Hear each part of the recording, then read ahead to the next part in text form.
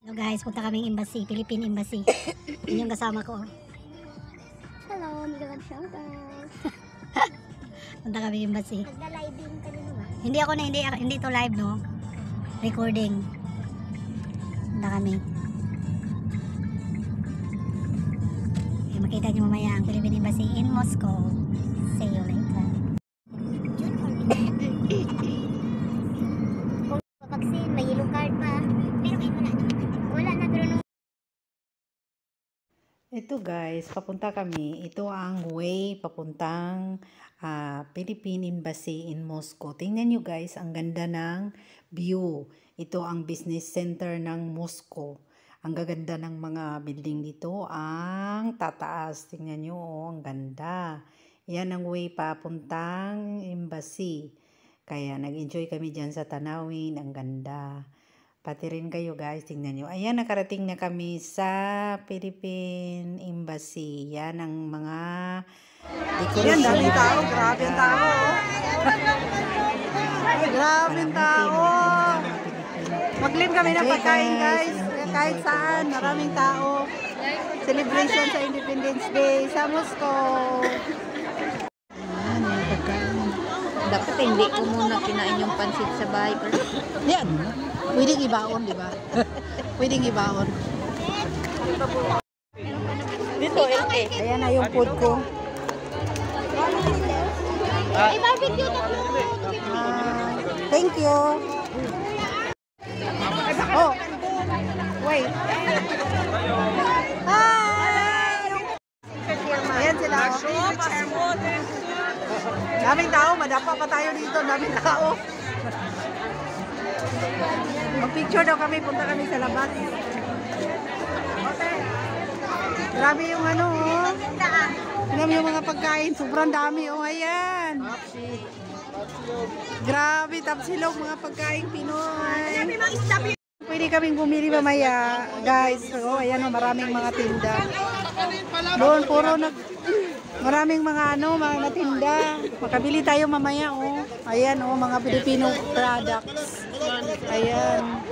Kasama namin si Delia. Nakabili na siya, oh. Kasi nakahanap ng fans. may fans siya na pinabili siya ng tinda. Ayan, maganda yung maganda yung boat nila. Buhay! Mabuhay! Ayan. Mabuhay! Mabuhay! Nagpicture na kami dyan. Sobrang dami, uy. Sobrang dami ng tao. Ito ang Philippine Embassy sa Moscow. Ayan yung registration para makakuha ka ng pagkain mo. Hindi ka mapas mo, guys. Ayan. Yung mga best friend namin, guys, nasa harap. Sila ang tagabantay ng mga tao. Mga best friend namin. Mga best friend ng Pinoy dito. Peace and order. Ayan. Grabe yung mga tinda. Sabihin nila, ito tatandaan ko. Oh, mga mukha. Marami tayo ditong madilihinsya. Ang mamahal ng mga tinda, double price. Mga Filipino products, ganun talaga. Patong-patong yung presyo. Maraming mabili sana. Sobrang daming tao. Mamaya guys, may programa dyan. Anniversary of the Philippine Independence and Nation Hall. Maraming pagkain, may mga guests. Ayan.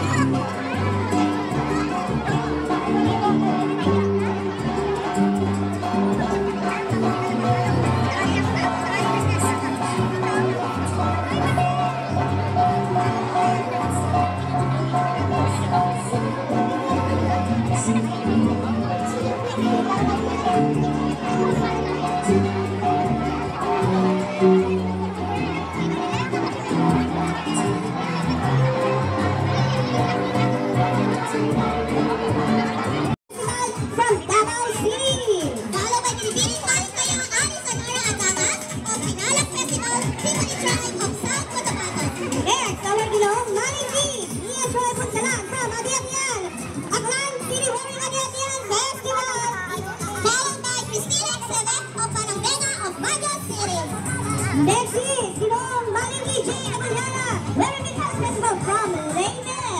Followed by Anik Ina Susena Gigantes of Agona Rizal. And last but not the least, our Binibining Aling Kaya winner, ang Yata Kaskulado, wearing the House Festival from Summer Leyte. Yes, we'd like to thank our ambassador to join. Ice cream, gusto ko. Init mo ay pinapawala mo. Sama ng loob, nalilimutan ko. Mamang sorbetero, mainit na labi, nagbabalat ka. Sulit na pag-ibig, parang awang na. Mamang sorbetero, nasa ka. Init ng buhay, pawin ka. Mamang sorbetero, tayo sumaya. Kalimang hawak, tuloy kamay. Hindi sa'yo nagiganda.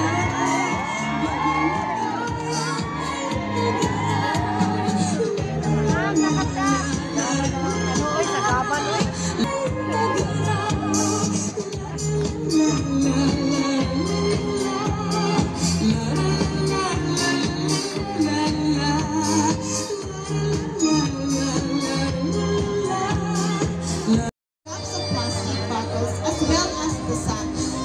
The earring was made from plastic bottle of Nestle. The fork of the bottle on the bottom where there is a hard part, while the corona is made, as well as the 5 liters of plastic bottles cut by side to form its elegant design. And the designer of our gown, of course, Miss Marilu Balanza. The fourth runner-up, Marilu Balanza of Cavite School, Caraga.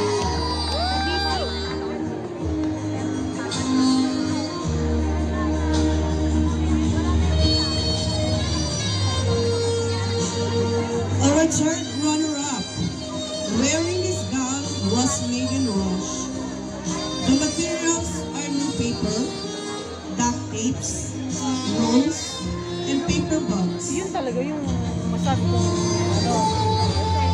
Okay, to proceed, we'd like to go on the second runner-up, Diana Banana, wearing mussel shells and eggs.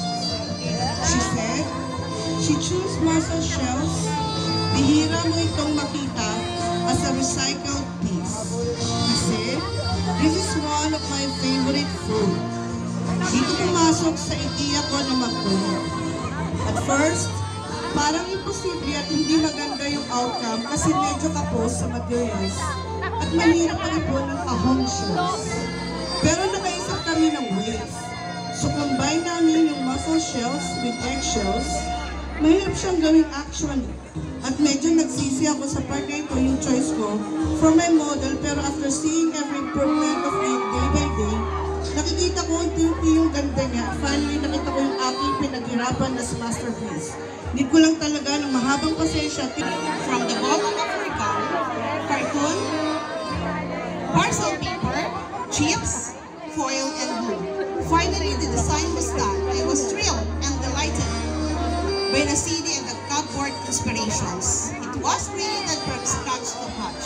Materials from the trash, kitchen, and everywhere was combined to present a stylish, sparkling, a unique dress that was made of 95% recycled materials, designed by Well Solis. Okay, for the Cavite Recycled Gown winner, Miss Marites Arroyo. The garbage gown o Filipiniana na estilo Maria Clara mula sa barangay Kabyovsky.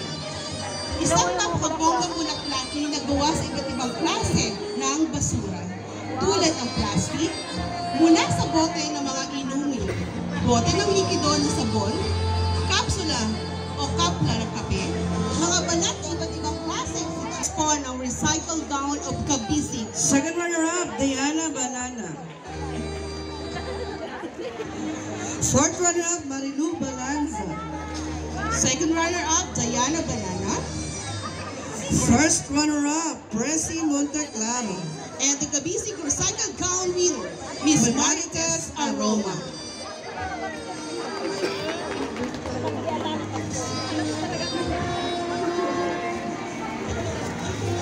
Maraming salamat po. Palakpakan naman po natin yung mga winners of recycle dolls from Cavite. Yes, and congratulations.